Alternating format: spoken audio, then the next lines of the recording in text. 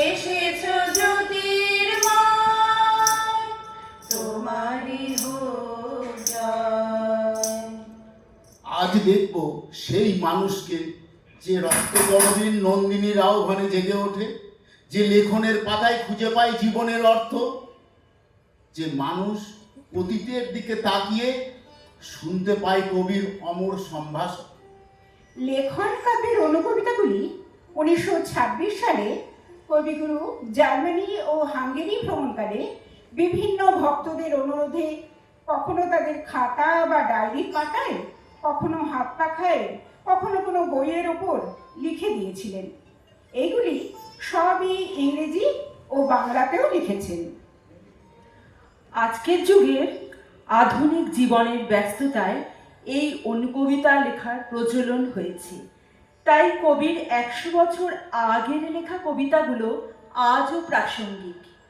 তাই তো বলি, বিশ্বকবি ছিলেন ভবিষ্যৎ দ্রষ্টা।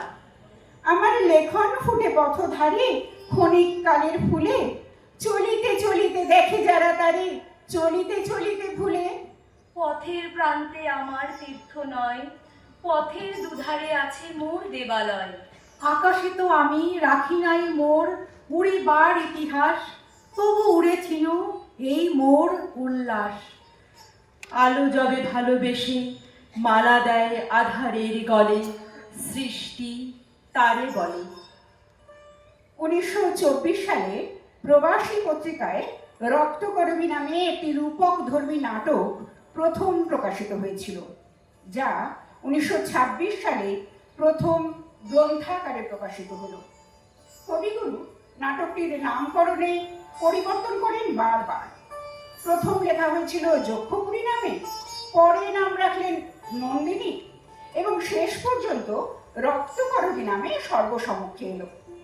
এই নাটকটির ভূমিকায় রবীন্দ্রনাথ লিখলেন, স্বর্ণলঙ্কার মতোই আমার পালার ঘটনাস্থলের একটা ডাকনাম আছে, তাকে বলে যক্ষপুরী।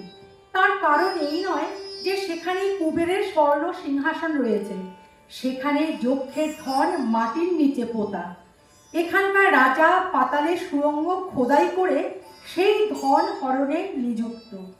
নন্দিনী রাজাকে সেই যক্ষপুরী থেকে মুক্ত করতে চায়, যে রাজা সমস্ত মানুষের সুখ দুঃখ থেকে দূরে অত্যন্ত জটিল জালের আবরণে অদৃশ্য। নন্দিনী রঞ্জনের নর্মসখী, প্রাণ শক্তিতে পরিপূর্ণ। রাজা বোঝে রঞ্জন, কিশোর, অধ্যাপক, শ্রমিকরা, ফাগুলাল, বিশুপাগল, সর্দার সবাই নন্দিনীকে ভালোবাসে। তাই রাজাও হয়তো নন্দিনীর প্রতি কিছুটা দুর্বল। অদ্ভুত জটিল সেই জালে ঘা দেয় নন্দিনী। শুনতে পাচ্ছ? তুমি শুনতে পাচ্ছ? না, আমি শুনতে পাচ্ছি, কিন্তু বারে বারে ঢেকো না, আমার সময় নেই, একটুও না। আজ খুশিতে আমার মন ভরে আছে, সেই খুশি নিয়ে তোমার ঘরের মধ্যে যেতে চাই। না, ঘরের মধ্যে না, যা বলতে হয় বাইরে থেকে বলো। কুমুদ ফুলের মালা গেঁথে পদ্ম পাতায় ঢেকে এনেছি। নিজে পড়ো। আমাকে মানায় না, আমার মালা রক্ত গরমে। আমি পর্বতের চূড়ার মতো, শূন্যতাই আমার শোভা। ওই ওই দূর থেকে গান শুনতে পাচ্ছ? কিসের গান? পৌষের গান। ফসল পেকেছে, কাটতে হবে, তারই ডাক।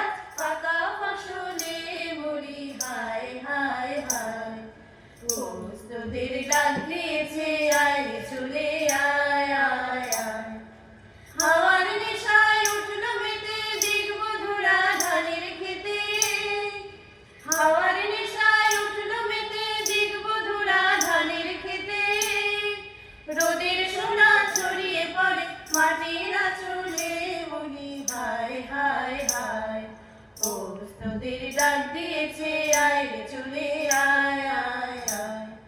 মাঠের বাঁশি শুনে শুনে আকাশ খুশি হলো, ঘরেতে আজকে রবে গো, খোলো খোলো দুয়ার খোলো। তুমি বেরিয়ে এসো রাজা, তোমাকে মাঠে নিয়ে যাই। নন্দিনী চায় অন্ধকার ঘরে থাকা অহংকারী রাজাকে সকলের মাঝে নিয়ে এসে সকলের সমান করে তুলতে। রাজা অত্যাচারী হওয়া, কাম্য নয়। বরং যদি সে সবার মাঝে সবার সাথে মিলতে পারে, তবেই হয়ে উঠবে রাজার রাজা, সকলের প্রিয় পাত্র। নন্দিনী কেবল একজন নারী নয়, সে সকল জীবনের প্রতীক। সে হলো সেই সাহস যা মানুষকে মাথা তুলে দাঁড়াতে শেখায়। মানুষের সবচেয়ে বড় শক্তি তার সম্পদ নয়, তার হৃদয়। তাই তো নন্দিনী পারে সব বাঁধন ভেঙে রাজাকে অন্ধকার থেকে আলোয় মুক্তি দিতে। নন্দিনী রঞ্জনের খোঁজে পথে নামে। রঞ্জন তার বন্ধু, প্রিয় সখা। তার দেখা না পেয়ে পথে পথে খুঁজে বেড়ায় তাকে। পথে যাকেই দেখতে পায় তাকেই ডেকে জিজ্ঞেস করে তারা রঞ্জনকে দেখেছে কিনা, কিন্তু কেউই তাকে কোনো সদুত্তর দিতে পারে না। কেউ বলে 5 দিন আগে দেখেছে, কেউ বলে তারা ধ্বজা পুজোর নৈবেদ্য নিয়ে চলেছে, থামার সময় নেই। কেউ বলে শম্ভু মোড়লের বাড়িতে দেখেছিল তাকে। কেউই ঠিক মতো রঞ্জনের কথা বলে না। যারা নিশ্চিত জানে বলে নন্দিনীর মনে হয়, তারাও মুখে বলতে রাজি নয়। শেষ পর্যন্ত নন্দিনী বোঝে রাজার কাছেই জানা যাবে রঞ্জনের খবর। সে যায় রাজার কাছে। শোনো, সময় হয়েছে, দরজা খোলো। ওহ, আবার এসেছো অসময়ে। এখনই যাও, যাও তুমি। অপেক্ষা করবার সময় নেই, শুনতেই হবে আমার কথা। কি বলবার আছে বাইরে থেকে বলে চলে যাও। বাইরে থেকে কথার সুর তোমার কানে পৌঁছয় না। আজ ধ্বজা পূজা, আমার মন বিক্ষিপ্ত করো না, পূজার ব্যাঘাত হবে। যাও যাও যাও এখনই। আমার ভয়ে ঘুচে গেছে, অমন করে তাড়াতে পারবে না। মরি সেও ভালো, দরজা না খুলিয়ে নড়বো না। রঞ্জনকে চাও বুঝি? সর্দারকে বলে দিয়েছি, এখনই তাকে এনে দেবে। পুজোয় যাবার সময় দরজায় দাঁড়িয়ে থেকো না, বিপদ ঘটবে। দেবতার সময়ের অভাব নেই, পূজার জন্য যুগ যুগান্তর অপেক্ষা করতে পারেন। নন্দিনী, আমার কাছ থেকে তুমি প্রশ্রয় পেয়েছো, তাই ভয় করো না। আজ ভয় করতেই হবে। আমি চাই সবাইকে যেমন ভয় দেখিয়ে বেড়াও, আমাকেও তেমনি ভয় দেখাবে। তোমার প্রশ্রয়কে আমি ঘৃণা করি। ঘৃণা করো, স্পর্ধা চূর্ণ করবো তোমার। তোমাকে আমার পরিচয় দেবার সময় এসেছে। পরিচয়ের অপেক্ষাতেই আছি, খোলো দ্বার। ও ও কি, ও কে পড়ে? রঞ্জনের মতো দেখছি যেন। কি বললে? রঞ্জন? কখনই রঞ্জন নয়। গো, এই তো আমার রঞ্জন। ও কেন বললে না ওর নাম? ও কেন বললে না ওর নাম? কেন এমন স্পর্ধা করে এলো? জাগো রঞ্জন, জাগো, আমি এসেছি, তোমার সখী। রাজা, রাজা ও জাগে না কেন? ঠকিয়েছে, আমাকে ঠকিয়েছে এরা। সর্বনাশ, আমার নিজের জন তো আমাকে মানছে না। ডাক্তারা, সর্দারকে ডেকে আন, বেঁধে নিয়ে আয়। রাজা, রাজা রঞ্জনকে জাগিয়ে দাও। সবাই বলে তুমি জাদু জানো, ওকে জাগিয়ে দাও। আমি জমের জাদু শিখেছি, জাগাতে পারি না, জাগরণ ঘুচিয়ে নিতে পারি। তবে আমাকে ওই ঘুমেই ঘুম পাড়াও, আমি সইতে পারছি না। আমি যৌবনকে মেরেছি, এতদিন ধরে সমস্ত শক্তি দিয়ে কেবল যৌবনকেই মেরেছি।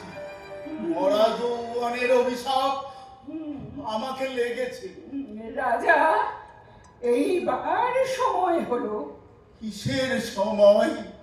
আমার সমস্ত শক্তি দিয়ে তোমার সঙ্গে আমার লড়াই। আমার সঙ্গে লড়াই করবে তুমি? তোমাকে যে এই মুহূর্তেই মেরে ফেলতে পারি। তারপর থেকে মুহূর্তে মুহূর্তে আমার সেই মরা তোমাকে মারবে। আমার অস্ত্র নেই, আমার অস্ত্র মৃত্যু। তাহলে কাছে এসো, সাহস আছে আমাকে বিশ্বাস করতে? চলো চলো আমার সঙ্গে, আজ আমাকে তোমার সাথী করো নন্দিন। কোথায় যাব? আমার বিরুদ্ধে লড়াই করতে, কিন্তু আমারই হাতে হাত রেখে। বুঝতে পারছো না সেই লড়াই শুরু হয়েছে? এই আমার ধ্বজা, আমি ভেঙে ফেলি এর দ্বন্দ্ব, তুমি ছিঁড়ে ফেলো এর কেতন। আমারই হাতের মধ্যে তোমার হাত এসে আমাকে মারুক, সম্পূর্ণ মারুক, তাতেই হবে আমার মুক্তি। আমার মুক্তি আলোয় আলোয় এই আকাশে, আমার মুক্তি আলোয় আলোয়, আমার মুক্তি ধুলায় ধুলায় ঘাসে ঘাসে এই আকাশে, আমার মুক্তি আলোয় আলোয়, দেহ মনের সুদূর পারে দাঁড়িয়ে ফেলি আপনারে, গানের সুরে আমার মুক্তি ঊর্ধ্বে ভাসে এই আকাশে, আমার মুক্তি আলোয় আলোয়। বন্দিশালা থেকে রাজার মুক্তি হয়। মনের কালো অন্ধকার ভেঙে রাজা বেরিয়ে আসে আলোয়, সকলের মাঝে। সব মানুষ সেখানে সমান হয়ে ওঠে, মানুষের জয় হয়। জয় হোক মানুষের, জয় হোক প্রাণের, জয় হোক মুক্তির, জয় হোক শুভ বুদ্ধির। মানুষের জীবনের সংগ্রাম শেষ হয় না। এক শতক থেকে আর এক শতকে মানুষ তার স্বপ্ন বহন করে। আজ কবি কথা বলেন ভবিষ্যতের মানুষের সাথে। দূরদ্রষ্টা কবি জানেন শতবর্ষ পরের কথা, তাই তো তিনি বলতে পারেন, আজি হতে 100 বর্ষ পরে কে তুমি পড়িছ বসি আমার কবিতা খানি কৌতূহল ভরে। আজি হতে 100 বর্ষ পরে, আজি নব বসন্তের প্রভাতের আনন্দের লেশমাত্র ভাগ। আজিকার কোন ফুল বিহঙ্গের কোন গান, আজিকার কোন রক্ত রাগ। অনুরাগে সিক্ত করি পারিব কি পাঠাইতে তোমাদের করে। আজি হতে 100 বর্ষ পরে, তবু তুমি একবার খুলিয়া দক্ষিণ দ্বার, বসি বাতায়নে সুদূর দিগন্তে চাহি, কল্পনায় অবগাহী ভেবে দেখো মনে। একদিন 100 বর্ষ আগে চঞ্চল পুলক রাশি কোন স্বর্গ হতে ভাসি, নিখিলের মর্মে আসি লাগে। নবীন ফাল্গুন দিন সকল বন্ধনহীন, উন্মত্ত অধীর উড়ায় চঞ্চল পাখা, পুষ্প রেণু গন্ধ মাখা দক্ষিণ সমীর। সহসা আসিয়া তরা রাঙায় দিয়েছে ধরা, যৌবনের রাগে তোমাদের 100 বর্ষ আগে। সেদিন উতলা প্রাণে হৃদয়ে মগন গানে, কবি এক জাগে কত কথা পুষ্প প্রায় বিকশি তুলিতে চায়, কত অনুরাগে একদিন 100 বর্ষ আগে। আজি হতেই 100 বর্ষ পরে, এখন করিছে গান সে কোন নূতন কবি তোমাদের ঘরে।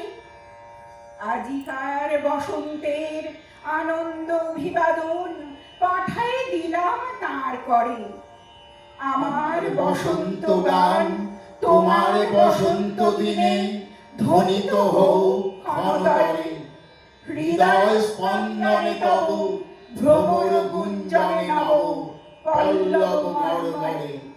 আজি হতে 100 বর্ষ পরে, আজি হতে 100 বর্ষ পরে। নমস্কার। আমাদের নিবেদন এখানেই শেষ হলো। সমস্ত সমস্ত দর্শকদের আবারও ধন্যবাদ জানাই। নাট্যরঙ্গের সকলকে আবারও আন্তরিক ধন্যবাদ জানিয়ে নমস্কার জানিয়ে আমাদের শেষ করছি। Disconnected.